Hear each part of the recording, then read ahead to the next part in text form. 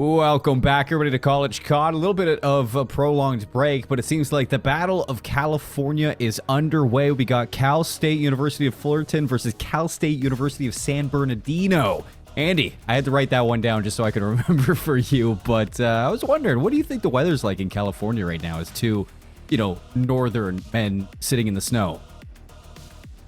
I'm definitely south of the Mason-Dixon line, sir, so you watch yourself. I'm in a southern state.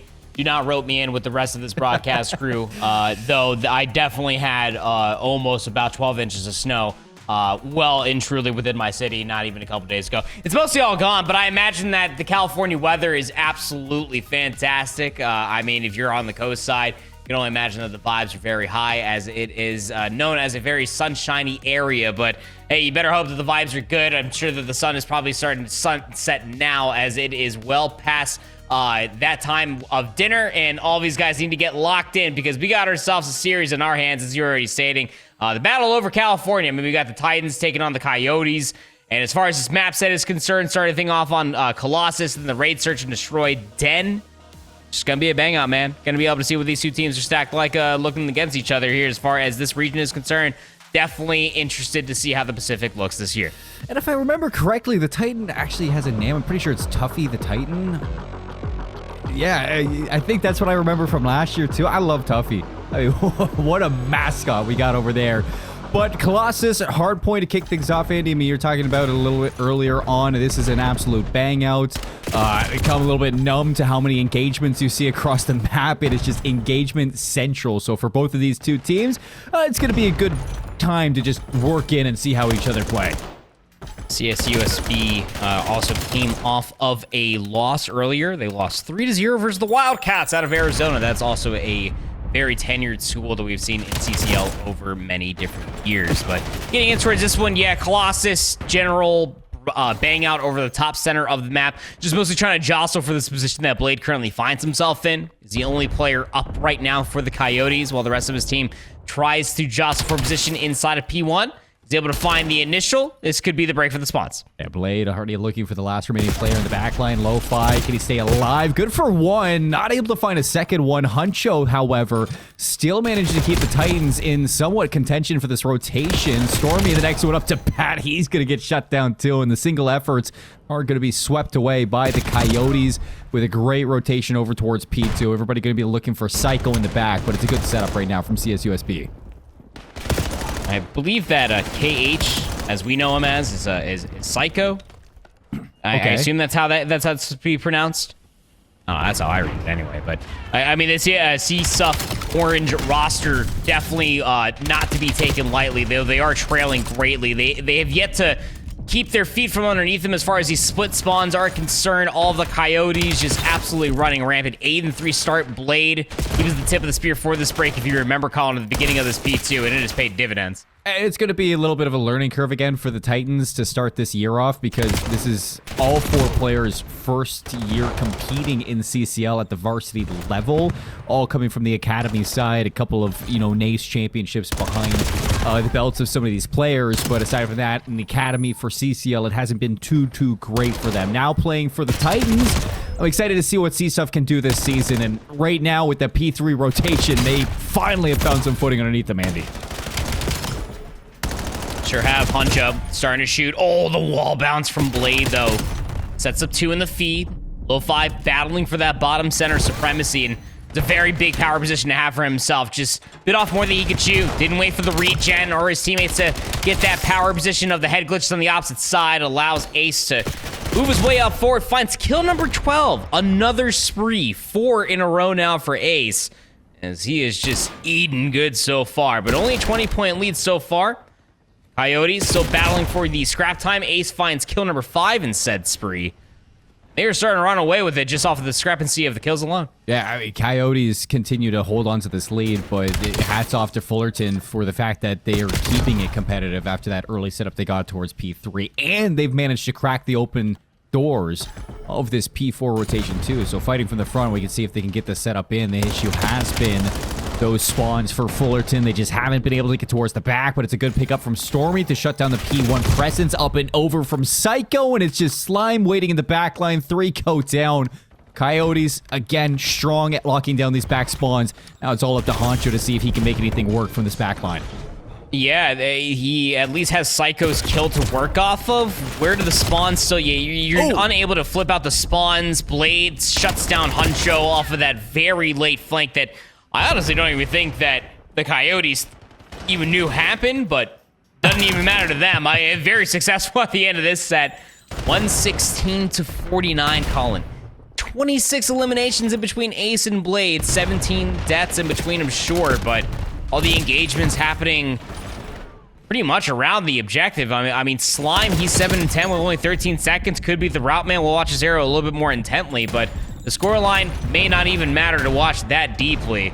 All of the Coyotes just absolutely flourishing since the opening break. Yeah, Coyotes just doing a great job at centralizing all of their kills towards the objective. It's what's garnering them so much time behind it. Ace gonna take another shot from Statue, hops in. Psycho, lesser for it. Not going to be expecting an Ace, turns it into a double kill. Can he find all 3? No, Huncho from the flank takes him out. 30 seconds at old. Everybody for Coyotes spawning up towards P2. You'd imagine they take another swing at this. 20 kills. It's 130, 46, 7. This guy's on pace for at least 50 kills. I mean, we'll have to see how the Coyotes just continue to fare on, because they might just continue to run with this one all the way clean in through. They're battling from the outside in, looking from the spawns. Let's go for a comms listen in with San Bernardino.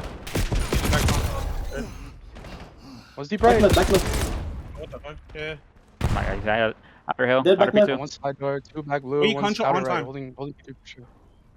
We're staying up in the back. Fine, boom. Stay fixed here. Outer bullet. Guys, get through. I want in the back. No. Yeah, one more in the They're back. Follow me. Nice. Last guy in the back. Last guy. Wake him right. Not telling right He's now. playing slide. I don't spawn him. Hit that kid. Hit that kid. 2 in front of me. Throwing trove. Watch front. Side door. Dead. Nice. One dead front. Push one. In the back, in the back. Got timing. 20 seconds. Side door. I have your side door. Alright, fine. More in the back on me. I need help. One shot side door. Hitting over for Weak you. outer, weak outer. I'm on you. Dead. Alright. Watch out, better. In Fine, green, in looking green. We're up 70 right now. You could have fooled me, Andy. I felt like we went at a live listen with Toronto Ultra with how calm the communication was from this team. Really no panic from the Coyotes. It's just all flow state for them across Colossus, except you're going for a swim. I mean, listen. That Tony going for a swim with the fishes. Hey, you know what I'm saying? Like the clams got to come in off of the pier somehow, and Fat Tony was just trying to get a little bit of, he was trying to take some numbers for the clams, but that's tough. It almost sounded like Cold War, like Toronto Ultra, how calm like those comms were. I mean, Oh, like yeah. you had like a little bit of like pop here and there, but no real reason to feel any sort of sweat off of your back. You broke that hard point off of the initial gunfight from the rotation from the outside looking in. The biggest problem right now is that the Titans are starting to build off of this. Look at the streaks. 17 and 13 now for Psycho. That 3 spree now for Lo-Fi finally gets shut down. They're starting to piece things together here, Colin. They're able to get the back scrap time. They're unable to at least poke their way in for the initial. Stormy's the last alive, but watch out, because this could really go either way. It is Colossus. It is Colossus at the end of the day, and I want to see if Fullerton can leverage this momentum to mount a comeback going into the back half of this map. We saw one in our second match with Marshall making what seemed like an impossible comeback versus Southern Indiana. So for the Titans, see what they got in them. Haven't been able to break this P4, fighting from the front, fighting for so much pressure just from P1 alone that they haven't really even had a chance at this hard point. Andy finally going to get a break, but even with those close spawns for the Coyotes, it's hard to keep your foot in this hill. Yeah, right? I mean, watching the bump, the pressure, Psycho, he's the one to try to do so. He dies off of the initial contact, but it's still the back 10 seconds, and it's constantly replenishing the front line for CSUF. That's what, or for the Coyotes, excuse me, and that's what they've been doing so wonderfully throughout a lot of these hills, specifically for 2 and 4. I mean, they play so similar, by golly me, but well, the moment you get just the enemy team spawning in towards the back, if you know how far forward you're allowed to go to unflip those spawns, that's when you put the enemy team in hell. 50-point lead going in towards the third set. The Titans trying to lock things in. For a moment, they had 4 down. Huncho putting some pressure over towards P3, locking down that lane, making sure that nobody can flank, hoping that his teammates can win his fight inside the hill. However, Fullerton just haven't been able to successfully lock down a good chunk of time since about 3 hills ago. It's Coyotes yet again breaking from the front. 20 seconds left. It's not going to win here, Andy, but it's really going to put it out of contention for Fullerton. Yeah, I mean, it's starting to feel a little bit more insurmountable as Blade is starting to find kill number 23 up towards that 4 spree. Had 24 right in front of him, but didn't have the bullets. At least he felt so into his gun to set up for an easy trade at the very least. May not matter because the numbers are still on the side of the map as the Coyotes are looking for the final 19 points. They got the spawns to do so. Lo-Fi in the corner, swipes across to Ace, but Ace puts together 3. And there's the break for the Coyotes, looking to end this on P2 for the third rotation. Just 11 seconds left. And the far spawns for the Titans trying to work their way across the map, but they're meeting Blade through Statue, and that's where they meet their end. Ace on 4 in a row, looking for number 5. He pops over the top, and the Coyotes taking map 1. Pretty convincing fashion, if you ask me. I mean, you had some resilience being showcased, at least through the first set. I will give them that much at the tail end of P4 for CSUF, but I mean, at the very least, the Coyotes are able just to lock things in and shut down any sort of pushback whatsoever. Yeah, you see right there, P2 to P3, the P4 as well, and towards the second set. But I mean, slaying discrepancies be damned. Coyotes just were well ahead of the curve. Their rotations, absolutely sublime, even when they didn't have the spawns. Able to hit those routes, be able to control top center, to be able to give themselves a advantageous gunfight to sway the hardpoint back in their favor. The fundies were on point for the Coyotes. Fundies were there. I think for Fullerton, we saw some flash in the pan of moments where this team can hit their full potential, but it's going to take a little bit for the Titans to reach that consistency, I'd say. Again, this is a team that all 4 players playing from academy into varsity for the first ever time. You can see that maybe the confidence takes a little bit to really get there, but as soon as it is, I mean, Psycho went on a 7 spree. You saw Huncho went on a 4 spree at a time. Lo-Fi was starting to pick it up. You move into the search and destroy, and you start to think that if you can work off of those pieces now for CSUF, you can really make this a series against San Bernardino. On the other side, though, I mean, we got to talk about Ace. 7 spray at 1 point, 29 and 22, 3,000 damage. Right there with Slime Ultra, also putting up 3,000 damage. Blade right there with you. Incredible showing from the Coyotes. I think just very, very consistent, especially when you look towards the time in the hill. When you look at the score, 250 to 166, you go all the way down on the right side, like kills per hill and damage per hill. Numbers were really too far gone. It's just one of the age-old conversations from like a coach-analyst perspective, or one of those like more nerdy players as well, I guess. But where is the damage and where are the kills being found? Because the contested hill time was close.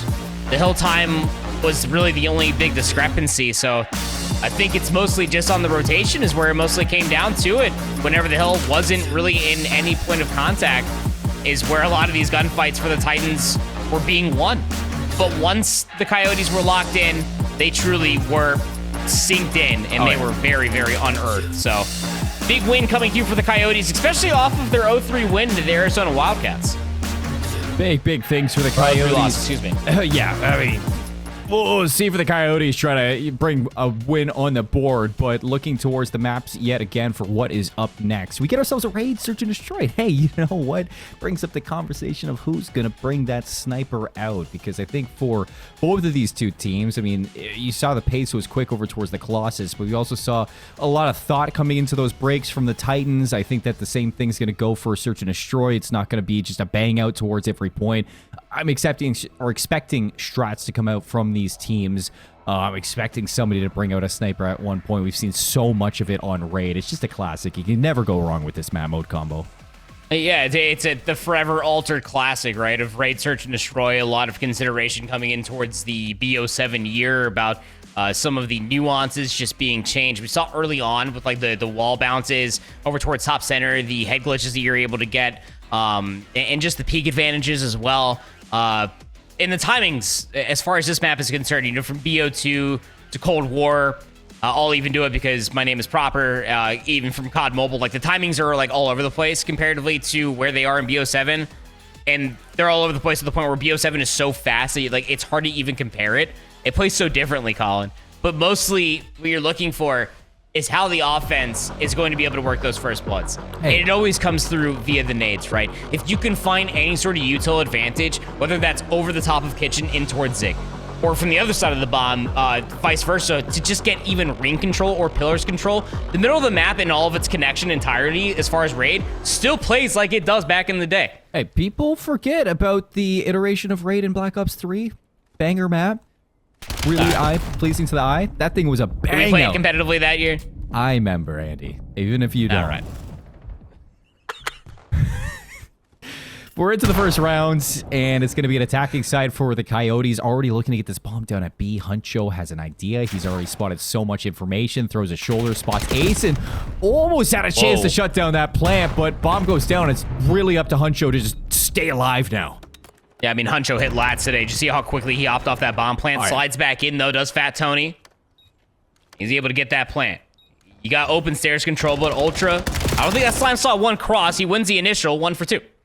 Stormy peeling back over towards Zig. He hits the deck, but Slime Ultra wraps around, gets an angle.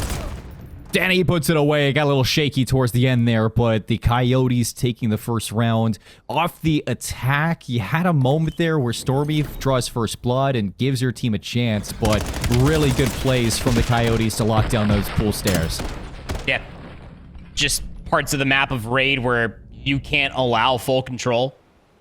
Even like the anchor player as far as Tiki, like for Huncho, timing must have been pretty abysmal for him to allow that much encroachment, both on pool and on the bomb itself. So not too sure if he spawned in late, but just first round things.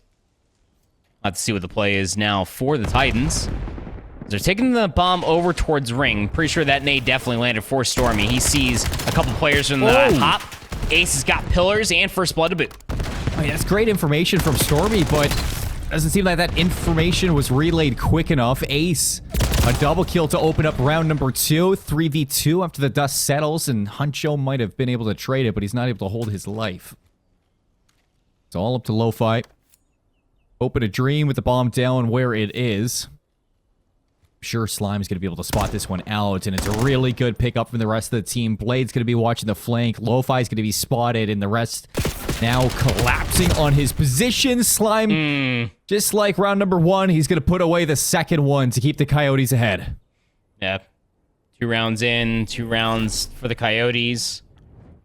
Got a handful of these players also starting to put together a couple of streaks. Slime was so red screen. He had just bit about 10 HP, 1 bullet, but trade, I'm sure, would have came through numbers advantage. Coyotes starting to feel themselves off of that 250-166 victory and how the opening round did go. Just feels like they can make all of the right decisions. That nade gave them so much insight and so much space through the middle of the map just to dictate how that round did pan out. Offense now for the Coyotes. Works so nice, we'll try it twice. Yeah, why not? I mean, the difference is that Ace is lurking over by Art, so he can get information. And Huncho probably has an M15 this time. He's playing inside a wheelbarrow in precaution for Stormy to assist inside of money. It's a lot more patient, but even still, the Titans are going to retake through the middle of the map. They've started to work into Zig, but losing out on Huncho should really bottleneck this and create some urgency for the Fullerton to recontest B before that bomb gets planted. You have pool steps control. Slime doesn't see it on the slide across, but shots are going to give it away. There are going to be players lurking about. Ace with the sniper takes Stormy out of wheelbarrow now. It's a 3 versus 2. You should be able to have this just off of numbers. Your biggest scare is that you don't have anybody top bedroom, but it may not matter. Ace with the snipe. Takes down Lo-Fi. Psycho's nameplate already given away. Expects the challenge to come from outside, but it's coming from every which direction. By the time he reaches this top bedroom area, it's probably being watched with Ace and the sniper rifle, and he gets flanked from behind. So, yeah, the pool push just come through in rapid succession. It looks a little different defensively. You know, Huncho with that M15 instead of the Dravik down low, Colin. He gets zapped up top. I guess at this point, I'm just trying to strive for perfection, and Ace probably should have hit through mid and Zig to be able to play for that pinch through open stairs, but... I mean, the Titans are just giving away a lot of free space just within the first, like, 20 seconds. They are. So either these nades are being undercooked, overthrown, or the opposite, because they're just not landing. The Coyotes are not afraid to take the space that is given to them. Or not thrown at all. Or not thrown at all. That's possible. Which is something that needs to be looked at now for the Titans. Good stun check over towards Ace. Still gonna chow out. With that damage on a Stormy, it's already stalled out this attack underneath bedroom. Shots continuing to connect from Ace. And he is very confident on this angle, but Stormy's got the sniper out in this round, and he's gonna draw first blood on the Fat Tony. That's good shots coming through. Ace gets information onto 2. Slime? It's on the backside of garage. Oh, the timing could be magnificent, but the jump challenge is less than desirable. So goes 1 for 1. Leaves Ace in a 1v impossible situation. Yeah, this ain't the pool of old. You got a whole mantle situation. That pool is deep. You need a lifeguard on duty for that bad boy. And unfortunately, there is no lifeguard, so you don't want to catch yourself underwater for too long. Yeah, it's me. And you're not even there right now. You're at home. Nope. I'm flying in tomorrow. It's not going to be there in time for this match. I told him not to open it, Colin. But it is. He wouldn't listen. And it's really not something that Ace wants to play around. I thought Ace was about to turn that kill around, too. Those shots on the Chow, he makes it look good. Ace is twisted. He's got the sniper back out, too, as I'd expect. And I wonder if he's going to take the sniper back to bedroom. It looks like that's going to be the case. Top art. See if he can find a pick over towards Laundry. Fullerton on the other side, looking to work off of getting their first round on the board. See if they can turn it into 2. Yeah, I mean, you can see Fullerton's response. I mean, fool me once, shame on me. Fool me by the 4th time. 3rd offense, excuse me. Worst stat can be. And that just completely leaves A open. The Coyotes playing with their food as the K9 typically does. It has so much ring control, but not a blood drop. Except for Psycho, first blood, that's bombed down. Fat Tony quickly working through pillars. And unfortunately for Stormy, he's not going to expect that with the sniper in his hand. 3 versus 3. Still launcher control for Fullerton. Fat Tony's going to collect this bomb, and if you take a look at the minimap, there is a flank getting worked on right now from Huncho. He's all the way towards Art. He's going to get an angle onto Tony, looking for a second one, dancing around, slides in, and Huncho for 2. It's Ace with a sniper. Oh, what? Oh, and he puts it on a poster. 1v1. No way. Huncho. All you got to do is hit the deck, buddy. You do not need to take this challenge. He's going to spot him, and he takes a shot. 15 seconds. Ace now with an M15. Looking to close this gap. He knows exactly where Huncho is, but the clock is not on his side. Huncho, he knows that all he's got to do is stay alive in this moment, and he goes for the challenge. Huncho, my man. Come on. Oh, no. Oh, but he was so red screen.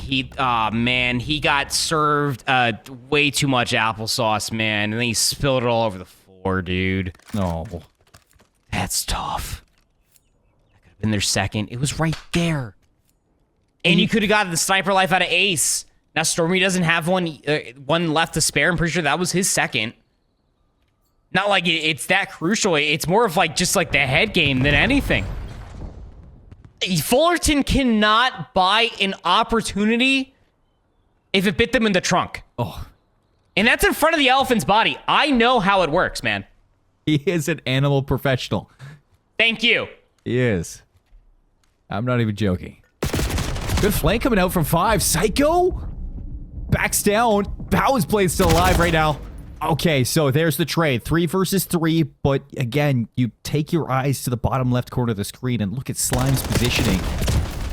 How does he not win that one? What is going on, Andy? I feel like we're in the upside down.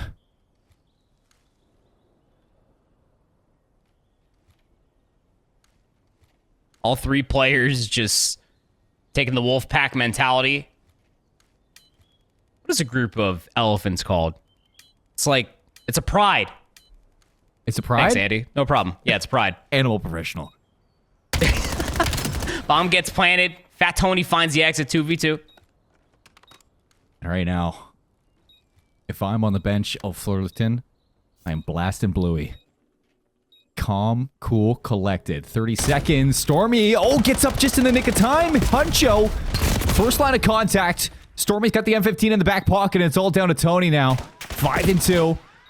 Looking to turn that 5 into a 7, but he's not able to get past Stormy. 2 big kills from Stormy to keep Fullerton alive in the search and destroy. They're able to get their second, and just for extra confirmation, they do get acknowledged as herds, but the weird one is that they're also acknowledged as memories. It's a real thing. We actually have this. I didn't know the reticle glitch was on the M15. Yeah, it was on the M15. I like to imagine that everything's kind of like Valorant at this point, and like in Call of Duty, like you can change your reticle, and like that's what I would change it to. Yeah, me too. I can't wait a couple games from now when you can have your own custom reticle and you can copy and paste it. And that's what everybody's gonna run. That or it's somehow gonna be Snoop Dogg.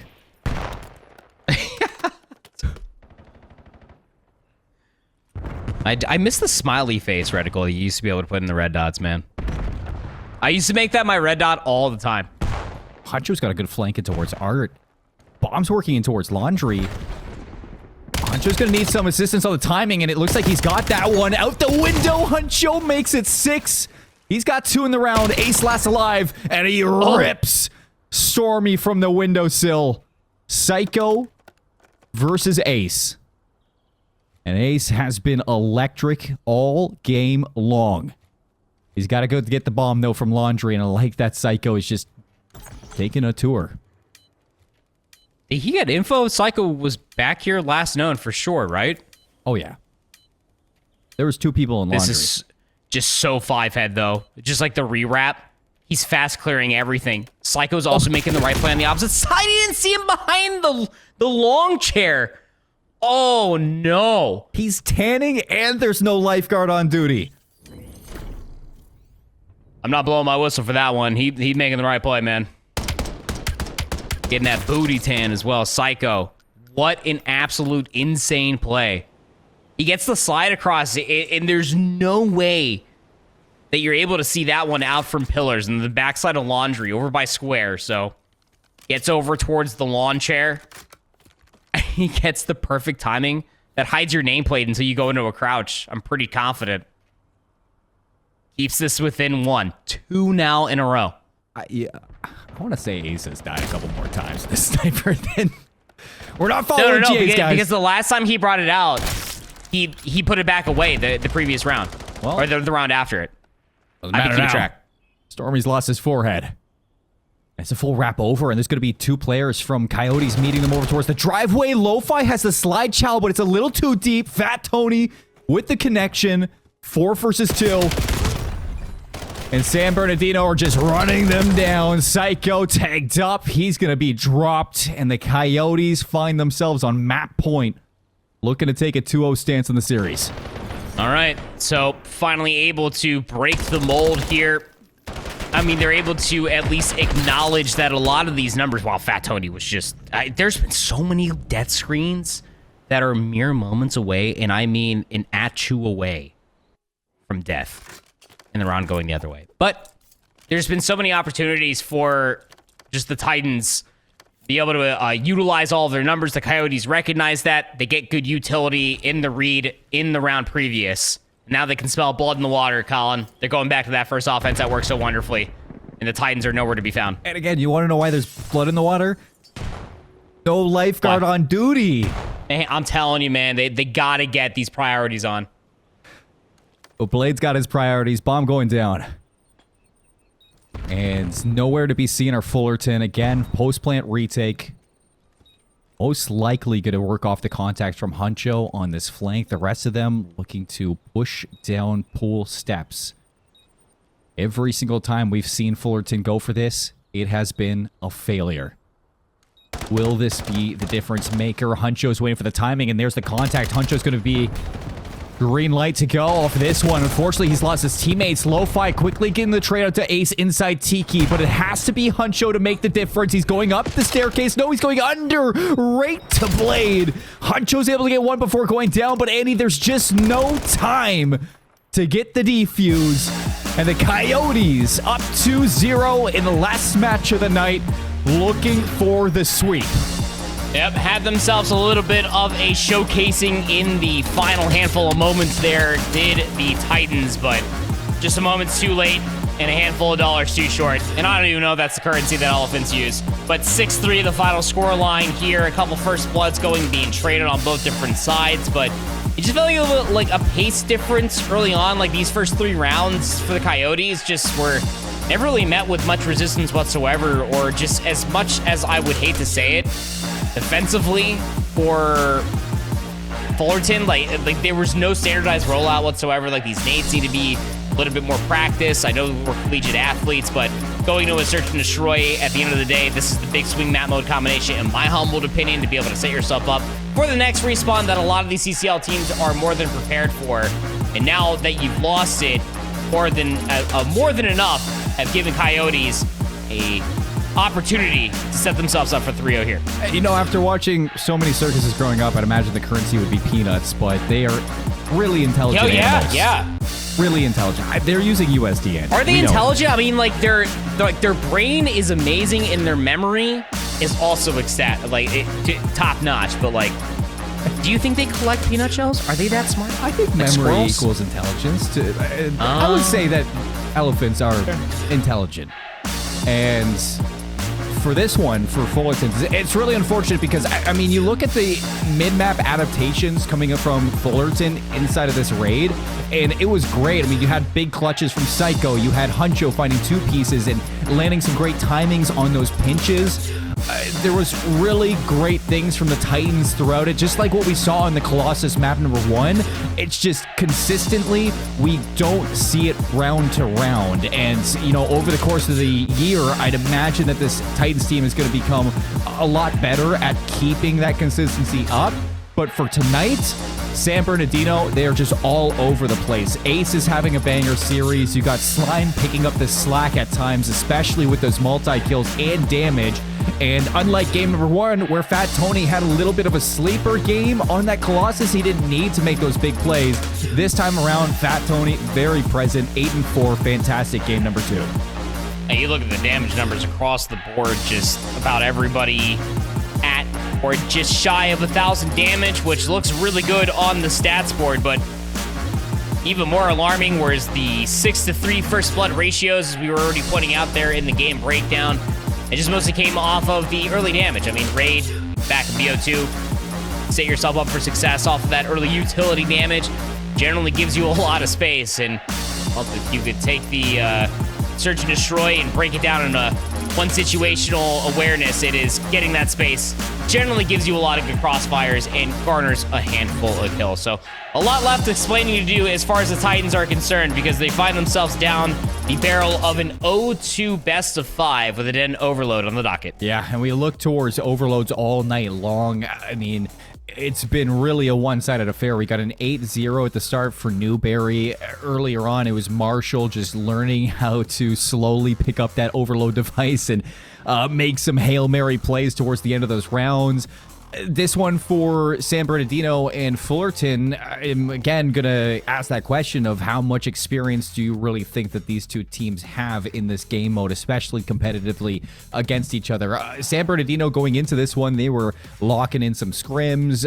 Fullerton as well. We knew that they were locking in some scrim time going into this series. So if they have been kind of oiling up their overload, getting ready to jump into the series to start off on the right foot for this new game mode inside of CCL, I think I'm excited to see what they can put together, especially on a Den.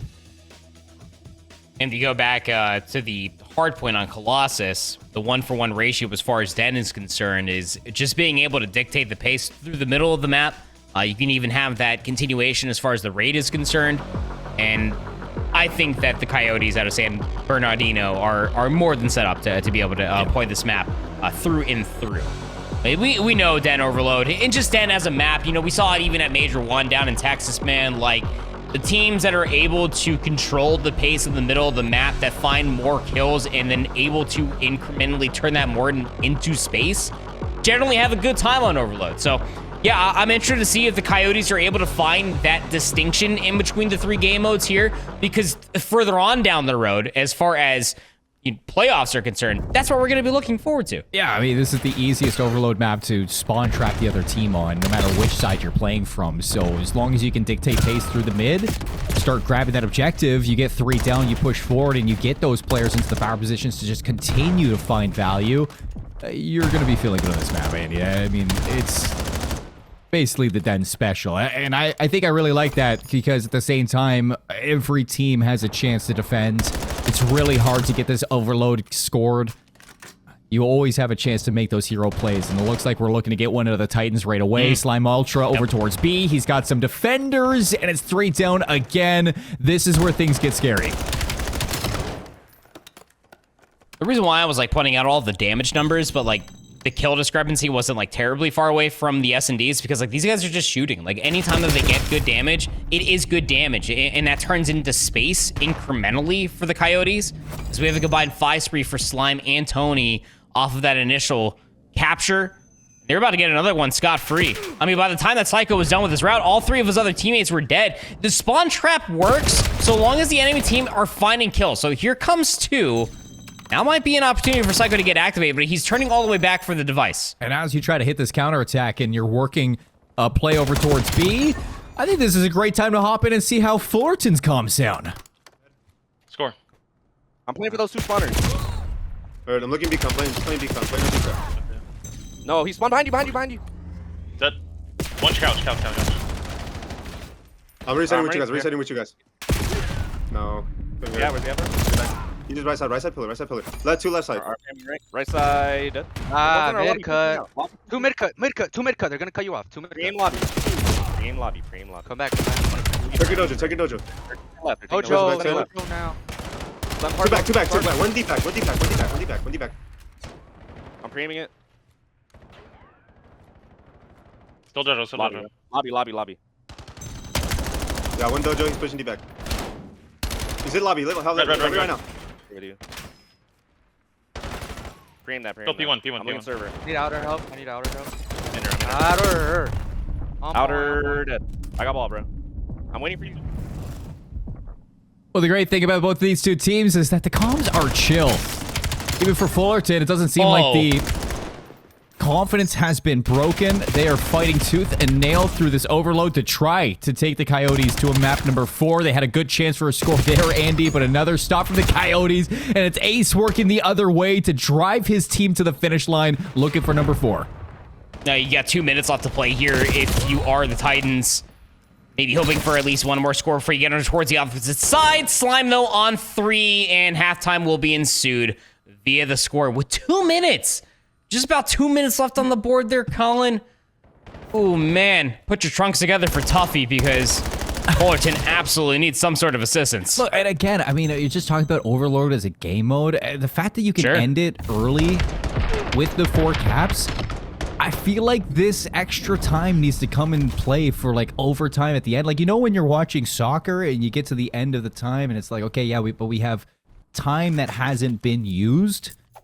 That's what I want to see in Overload. I want to see just extra things to give that edge back, that make it interesting. You know, it's an ever-expanding game mode that I just cannot wait to see what the final product will be. I don't know. Joke's on you, man. I don't watch soccer. I watch some footy. Either way, I mean, this is now a pretty good opportunity. Like, they always try to say to never finish via score, but, I mean, putting up 4 at the end of the half from the good side, I guess is better said than anything.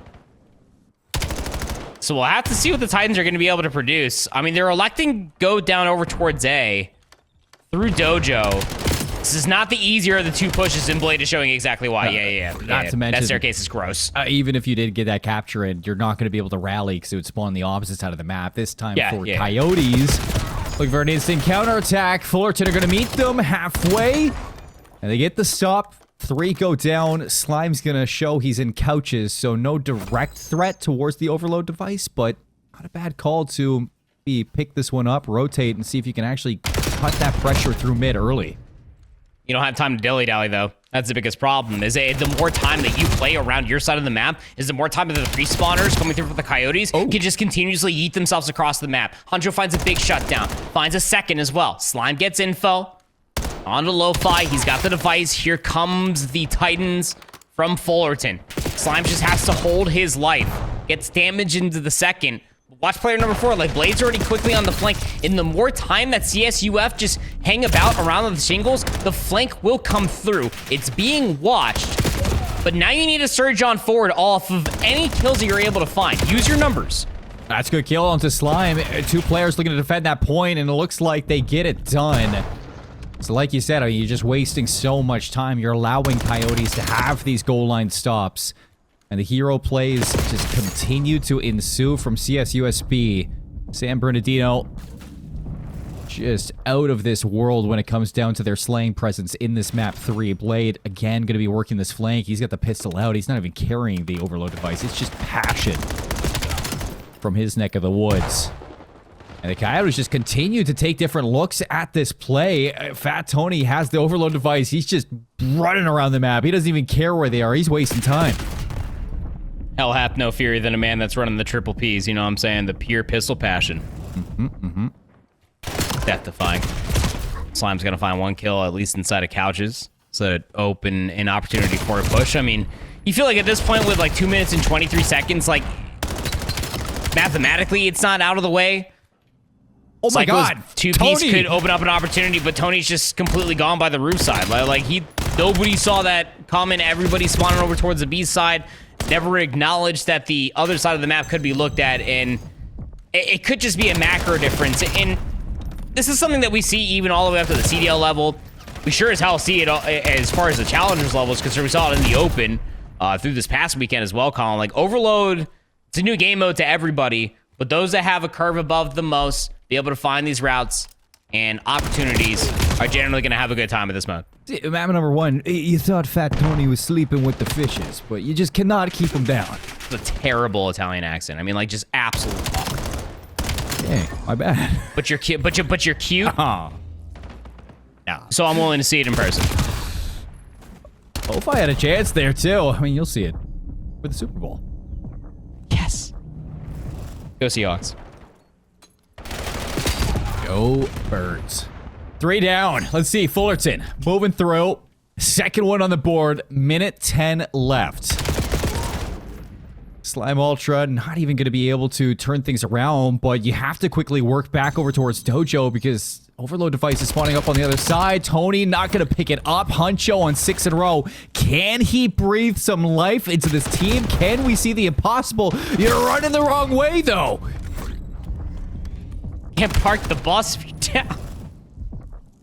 Blade gonna start pushing a little bit further forward. He's not here alone. It's all just final victory laps as far as the Coyotes are concerned. I mean, they can theoretically get themselves closer towards the 8th score line. That'll put the game completely out of reach, and it'll put it at an end, but it was already out of reach quite a few moments ago. The Coyotes, they lost to Arizona, the Wildcats 3-0 earlier. They will learn from their mistakes. They'll hand it straight back to the Titans with a 3-0 win here. It's been a good day of CCL, a good welcome back to another year, another season. And in day 2, it's going to be all 3-0 sweeps across the board. The Coyotes get it done. San Bernardino put a win in the column. And for Fullerton, a couple moments there where they really had you on the edge of your seat. But for today, that's going to be all for them. We're going to have to see what they can put together in week number 2. It's a lot of good VOD to learn from as far as Fullerton is concerned.